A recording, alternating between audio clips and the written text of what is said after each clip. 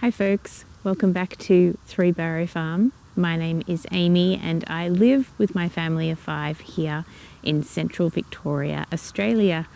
And we are just at the beginnings of early spring. It's pretty chilly out here at 7:30 in the morning, so I'm all rugged up. We're going to have a little bit of, a few colder days coming up. But it's inevitable that it will warm up. So I recently posted a video on how I maintain our no-dig or no-till gardens. And some of you asked a few questions about why we choose to do no-dig when we've got such a big space as well. And so I thought I'd explain a few things and answer a few of your questions in this video. Okay, so first things first.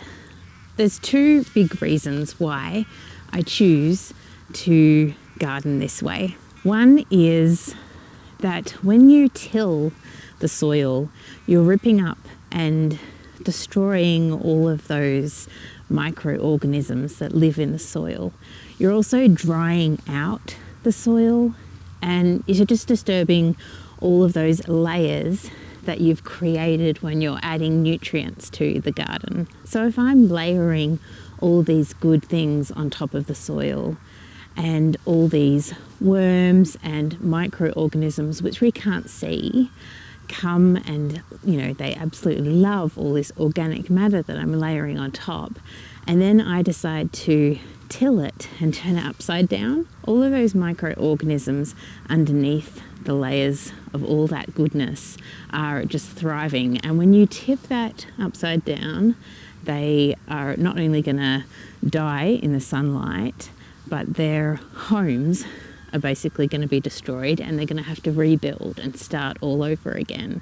So basically every time you till, you're losing some of those benefits of what you're actually putting into the garden. So that's how I see it. I probably haven't described it all that well, but basically I want to keep all those good microorganisms and all the worms and all of the things that are growing underneath the soil, all of those nutrients that are underneath the soil. I want to keep them under there. And when we till, we're losing lots of things. We could be losing nitrogen, we could be losing lots of nutrients in the soil to the sunlight, to evaporation. So that is one big reason why I choose to garden this way. Another is weed control. It's such an easy way to garden if you do it correctly. Now, someone mentioned that buying in manure or compost is expensive, and yes, that is. I don't buy in manure, this size of manure, every year. I probably get it in every second year, but that's because of the scale of the garden that we have and the fact that we're still growing our patches, so we've still got more garden beds to build. You need quite a lot to build the garden beds. And last time we got this amount of manure, that went out into the front garden as well to grow those gardens, not only just here. So that soil there, if I don't build all of the new beds that I have planned, that would probably last 3 or 4 years. So with weed control, if you're keeping the grass and everything around you down and you're keeping the weeds from going to seed around your garden, we have, paddocks to worry about too. So if our paddocks go to seed, then that seed has the potential to blow into here. And last year I wasn't keeping control of things. I wasn't picking out the weeds, and I knew that I had to get another big load of manure in because we haven't had a delivery of manure in maybe 3 years. So I knew that we needed to get it in. Life was a bit busy with the kids and everything, so I didn't have time to maintain the garden as much as I would have liked to. And so I've had to put quite a bit more manure than I would put down.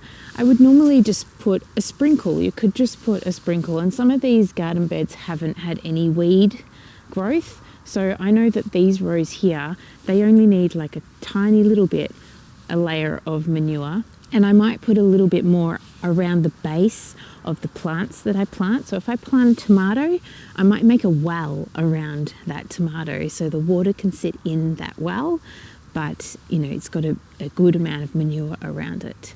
So with regards to how much manure and compost costs, you're always going to be needing to put manure and compost down, or some sort of organic matter onto your gardens. Every single time you harvest, you're going to have to be putting back in.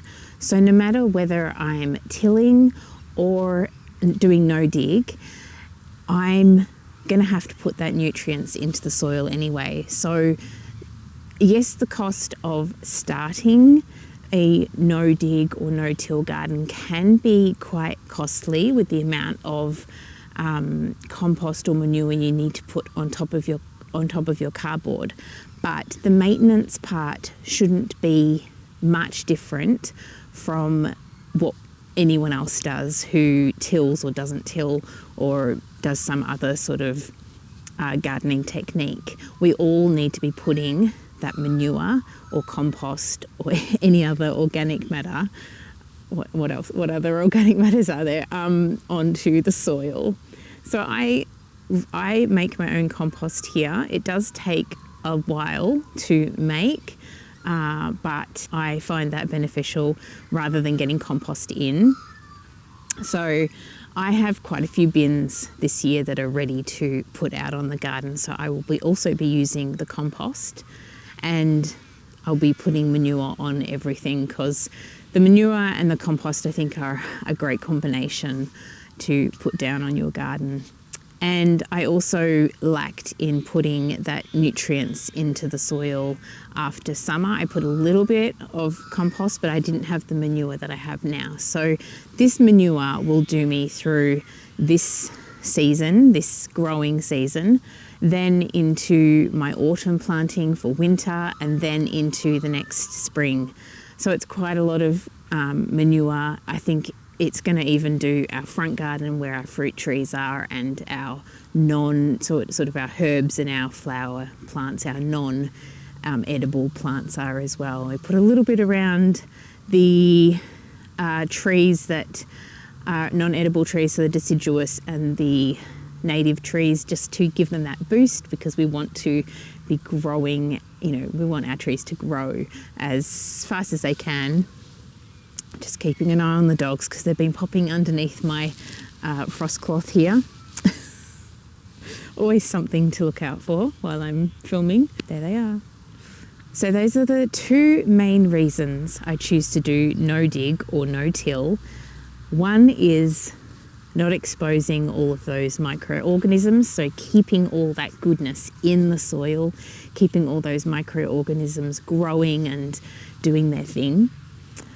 And two is weed control. There's really very few hours I spend in the garden weeding when I do no dig correctly. I just mow around the gardens. I go through and pick up any weeds.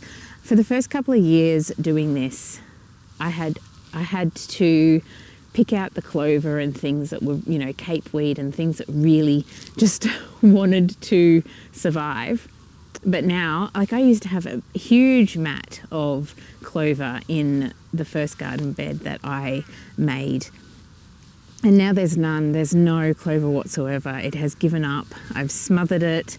I've just kept layering on top. And it's just so easy to control now, to grow everything and not be competing with the weeds. Another reason is that I don't have to use any machinery. I'm just using my own myself. There's been some machinery that's been involved in getting the manure composted the way that it is. There's been machinery used in the tools that I use, but I'm not using any fuel to till my garden. I'm not spending all those hours weeding, tilling the garden, because I've upset all those seeds. So when you're tilling and you turn it upside down, you're also turning up all of the seeds. And we have cape weed, so I've got some cape weed growing right here next to some of the apple trees that we have near our vegetable patches.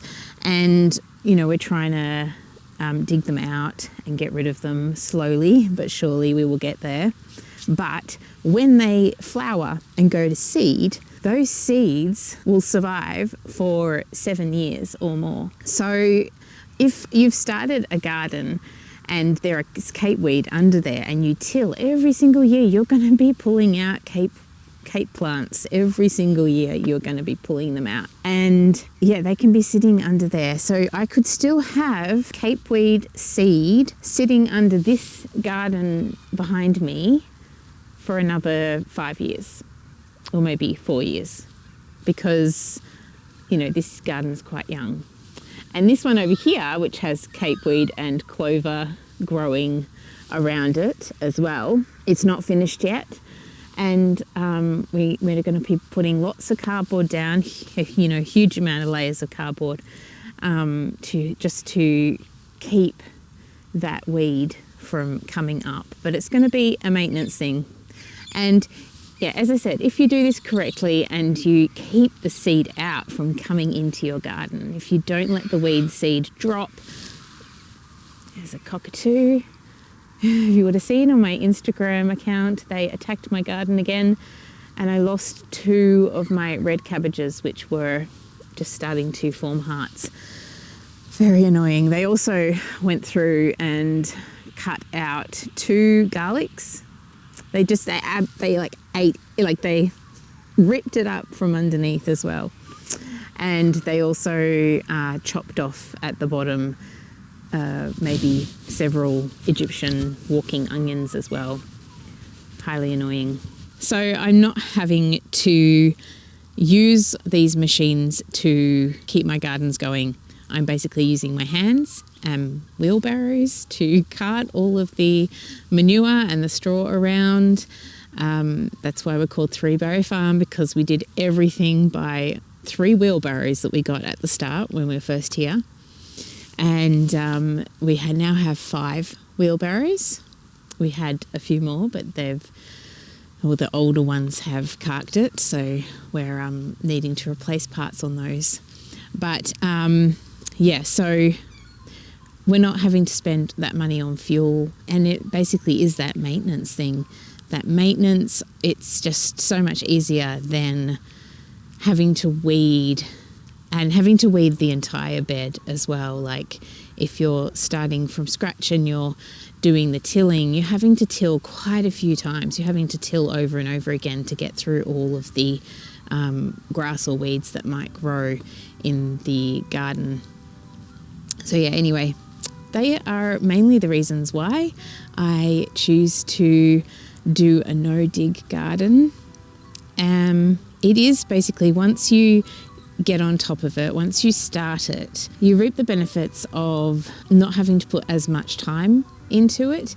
And I can see so much difference in keeping that soil from being tilled. Like the rhubarb has just gone crazy. We've had rhubarb right through winter, and that manure, I think, has created its own sort of heat hub for the rhubarb. Whereas other places around here, all their rhubarbs have, died down and gone dormant over winter, but ours are still going. And, for a place that gets icy cold frosts during winter, like we get really cold here, we get down to -3 some mornings. It is quite amazing what putting all this organic matter does to the garden, and also just not touching those layers and allowing things to be as they are. We can really see the benefits here. So if you have any more questions, please let me know in the comments below. Thank you for your comments on my last video. My dogs are now wrestling in the manure. I'm going to have to give them a bath before I go to work. Oh dear, this is the downside of getting manure. Oh dear. So I hope that answered your questions about why we choose to do no dig on our farm here. If you have any more questions, I'd be happy to answer below in the comments, so just shoot me a question. And if there's another reason why you choose to do no dig gardens that I haven't covered here, please let us know in the comments below. It's really great when we have a conversation down there and lots of people read the comments. So please do share your thoughts about no dig or no till gardens. I look forward to filming another video soon where I answer all of your questions that I have been meaning to put in a video. So I will do that soon for you. I hope you have a lovely week and you're enjoying your garden. Thank you, friends. See you next time.